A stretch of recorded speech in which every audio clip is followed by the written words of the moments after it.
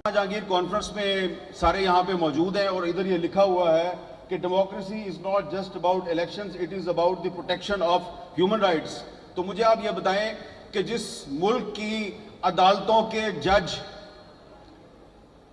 अपने लिए इंसाफ मांगने के लिए फरियादें कर रहे हैं, वो ह्यूमन राइट्स को कैसे प्रोटेक्ट करेंगे? और सिर्फ जज साहिबान जो है वो प्रोटेक्शन नहीं मांग रहे, अपनी आज़ादी का तहफ़्फ़ुज़ नहीं मांग रहे, हर कोई जो है वो अपना तहफ़्फ़ुज़ मांग रहा है। और ये सिचुएशन सिर्फ पाकिस्तान में नहीं है, ये इस पूरे रीजन में इस वक्त यही सूरत हाल है। इंडिया की सूरत हाल भी कोई मुख्तलिफ नहीं है, श्रीलंका की सूरत हाल भी कोई मुख्तलिफ नहीं है, बांग्लादेश की सूरत हाल भी कोई मुख्तलिफ नहीं है। लेकिन हम बात कर रहे हैं पाकिस्तान में, पाकिस्तान के बारे में। तो यहाँ पर इस वक्त जिस आइन की बालादस्ती की यहाँ पे बात हो रही है, ये आपको मानना पड़ेगा, मानो या ना मानो। आइन पाकिस्तान को यहाँ पर तकरीबन गैर मुअस्सर कर दिया गया है। आप जिस आइन के तहफ़्फ़ुज़ की बात कर रहे हैं वो पहले से गैर महफूज है, उसकी वायलेशन सिर्फ गैर सियासी लोग नहीं करते, सियासी लोग भी करते हैं। और अब पाकिस्तान का मीडिया, हम जैसे लोग जो कहते थे जी कि आइन अगर उस पर अमल दरामद हो तो सारे मसले हल हो जाएंगे, अब हमें लगता है कि आइन तो खुद तहफ़्फ़ुज़ मांग रहा है। और क्योंकि मैं सहाफ़ी हूं तो मैं तो सहाफ़ियों की बात करूंगा। जितने गैर महफूज पाकिस्तान के सहाफ़ी इस दौर में हैं, कभी नहीं थे इससे पहले। आप देखें कि इस मुल्क की सुप्रीम कोर्ट ने एक सहाफ़ी अरशद शरीफ के कत्ल पर अज खुद नोटिस लिया। क्या हुआ? सुप्रीम कोर्ट के चीफ जस्टिस ने अज खुद नोटिस लिया, कुछ भी नहीं हुआ। एक इंक्वायरी टीम कीनिया भेजी, वापस आई, कुछ नहीं हुआ। फिर एक और JIT बनी, उसने लोगों से बयानात लिए, कुछ नहीं हुआ। तो हमें ये लग रहा है कि पाकिस्तान के जो सहाफ़ी हैं उनको अब जर्नलिज्म छोड़ के कहा जा रहा है तुम कर्नलिज्म करो। तो हमने तो भाई जर्नलिज्म ही करनी है, वो वाला काम नहीं करना जो जनरल ज़ियाउल हक के दौर में होता था या जनरल परवेज़ मुशर्रफ के दौर में होता था। तो इसलिए अभी जब मैं आ रहा था तो आने से पहले, क्योंकि कल रात को आपने देखा टीवी चैनल्स पे एक सेनेटर साहब ने कहा कि मैं तो जनाब 1.5 साल से कह रहा हूं कि मुझे कोई अदालत बुलाए तो मैं बताऊंगा कि अरशद शरीफ को किसने मारा। तो मैंने फिर आज आते हुए इस्लामाबाद हाई कोर्ट में पिटीशन दायर कर दी है कि एक जुडिशल कमीशन बनाएं और जिस किसी के पास भी कोई इंफॉर्मेशन है कि अरशद शरीफ को किसने मारा वो उस कमीशन के सामने आगे बताए। तो अब देखते हैं कि अरशद शरीफ का जो कत्ल है उसका कोई जिम्मेदार जो है वो सामने आता या नहीं आता। और दूसरी बात यह है कि यहाँ पे आगे तकरीरें करना बड़ा आसान है, लेकिन ये जो लोग ये कॉन्फ्रेंस ऑर्गेनाइज करते हैं उनके मसाइल को भी समझें। मैं उनके मसाइल में इजाफा नहीं करना चाहता, इसलिए कि धुआंधार तकरीर करके हम तो चले जाएंगे और उन्होंने यहीं पर रहना, अगले साल फिर कॉन्फ्रेंस करनी है। तो वो सनाउल्लाह बलोच साहब कह रहे थे ना कि आप एक कॉन्फ्रेंस ना किया करें, 2 या 3 किया करें। तो आप भी पहले सिर्फ एक पार्टी नहीं, जिन पार्टियों के लीडरों ने यहाँ पे आके तकरीरें की हैं वो अपनी अपनी पार्टियों से 2 या 3 उन लोगों को निकालें और फिर अगले साल आए। तो इसलिए हमने अब ये फैसला किया है कि हमें तकसीम कर दिया गया है, हम एक दूसरे पे एतमाद नहीं करते। अरशद शरीफ का जो कत्ल का मुकदमा है उसको हम टेकअप करने में, उस पर कोई तहरीक चलाने में कामयाब नहीं हुए, लिहाजा हमने अब फैसला किया कि अब किसी और के पास नहीं जाना। अब हम जो आप लोग कहते हैं ना ये टीवी एंकर जो है ये बात क्यों नहीं करते, टीवी एंकर ने वो बात क्यों नहीं की, तो आपको तो पता है भाई हम तो पॉलिसी मेकर नहीं है, चैनल किसी और का है, हम तो उसमें बैठ के बात कर रहे होते हैं। तो अगर वो हमें ऑफर कर दें तो हम क्या कर सकते हैं। तो इसलिए अब हमने फैसला किया है कि टीवी एंकर्स का एक एक्शन फोरम बनाया जाएगा और जिस टीवी एंकर्स को कहीं से कोई कॉल आएगी या उसको डिक्टेशन देगी उसकी अपनी मैनेजमेंट या कोई बाहर से, तो हम लोग जो है वो पब्लिक में आके आपको बताया करेंगे। तो इसके अलावा हम वो कुछ नहीं कर सकते, ठीक है। हमें ये लग रहा है कि पाकिस्तान के जो सहाफ़ी हैं उनको अब जर्नलिज्म छोड़ के कहा जा रहा है तुम कर्नलिज्म करो।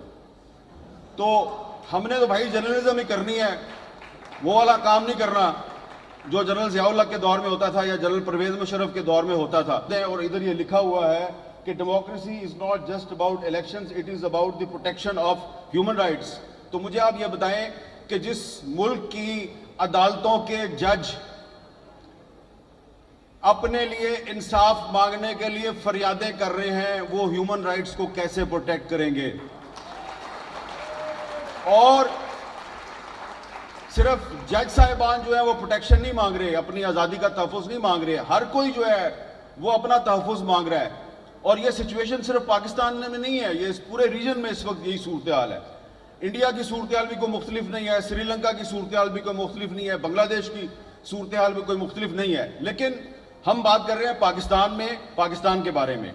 तो यहां पर इस वक्त जिस आइन की बालादस्ती की यहां पे बात हो रही है, ये आपको मानना पड़ेगा, मानो या ना मानो, आइन पाकिस्तान को यहां पर तकरीबन गैर मुअस्सर कर दिया गया है। आप जिस आइन के तहफ़्फ़ुज़ की बात कर रहे हैं वो पहले से गैर महफूज है, उसकी वायलेशन सिर्फ गैर सियासी लोग नहीं करते, सियासी लोग भी करते हैं। और अब पाकिस्तान का मीडिया, हम जैसे लोग जो कहते थे जी कि आइन अगर उस पर अमल दरामद हो तो सारे मसले हल हो जाएंगे, अब हमें लगता है कि आइन तो खुद तहफ़्फ़ुज़ मांग रहा है। और क्योंकि मैं सहाफ़ी हूं तो मैं तो सहाफ़ियों की बात करूंगा। जितने गैर महफूज पाकिस्तान के सहाफ़ी इस दौर में हैं, कभी नहीं थे इससे पहले। आप देखें कि इस मुल्क की सुप्रीम कोर्ट ने एक सहाफ़ी अरशद शरीफ के कत्ल पर अज़ खुद नोटिस लिया। क्या हुआ? सुप्रीम कोर्ट के चीफ जस्टिस ने अज़ खुद नोटिस लिया, कुछ भी नहीं हुआ। एक इंक्वायरी टीम कीनिया भेजी, वापस आई, कुछ नहीं हुआ। फिर एक और JIT बनी, उसने लोगों से बयानात लिए, कुछ नहीं हुआ। तो हमें ये लग रहा है कि पाकिस्तान के जो सहाफ़ी हैं उनको अब जर्नलिज्म छोड़ के कहा जा रहा है तुम कर्नलिज्म करो। तो हमने तो भाई जर्नलिज्म ही करनी है, वो वाला काम नहीं करना जो जनरल ज़ियाउल हक के दौर में होता था या जनरल परवेज़ मुशर्रफ के दौर में होता था। तो इसलिए अभी जब मैं आ रहा था तो आने से पहले, क्योंकि कल रात को आपने देखा टीवी चैनल्स पे एक सेनेटर साहब ने कहा कि मैं तो जनाब 1.5 साल से कह रहा हूं कि मुझे कोई अदालत बुलाए तो मैं बताऊंगा कि अरशद शरीफ को किसने मारा। तो मैंने फिर आज आते हुए इस्लामाबाद हाई कोर्ट में पिटीशन दायर कर दी है कि एक जुडिशल कमीशन बनाएं और जिस किसी के पास भी कोई इंफॉर्मेशन है कि अरशद शरीफ को किसने मारा वो उस कमीशन के सामने आगे बताए। तो अब देखते हैं कि अरशद शरीफ का जो कत्ल है उसका कोई जिम्मेदार जो है वो सामने आता या नहीं आता। और दूसरी बात यह है कि यहाँ पे आगे तकरीरें करना बड़ा आसान है, लेकिन ये जो लोग ये कॉन्फ्रेंस ऑर्गेनाइज करते हैं उनके मसाइल को भी समझें।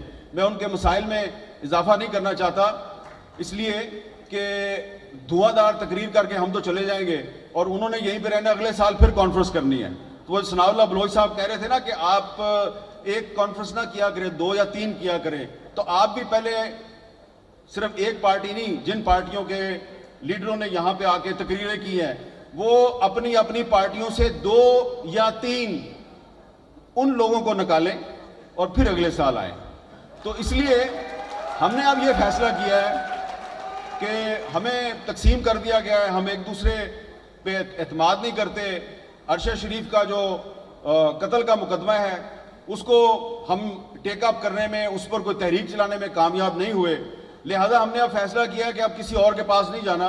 अब हम जो आप लोग कहते हैं ना ये टीवी एंकर जो है ये बात क्यों नहीं करते, टीवी एंकर ने वो बात क्यों नहीं की, तो आपको तो पता है भाई हम तो पॉलिसी मेकर नहीं है, चैनल किसी और का है, हम तो उसमें बैठ के बात कर रहे होते हैं। तो अगर वो हमें ऑफर कर दें तो हम क्या कर सकते हैं। तो इसलिए अब हमने फैसला किया है कि टीवी एंकर्स का एक एक्शन फोरम बनाया जाएगा और जिस टीवी एंकर्स को कहीं से कोई कॉल आएगी या उसको डिक्टेशन देगी उसकी अपनी मैनेजमेंट या कोई बाहर से, तो हम लोग जो है वो पब्लिक में आके आपको बताया करेंगे।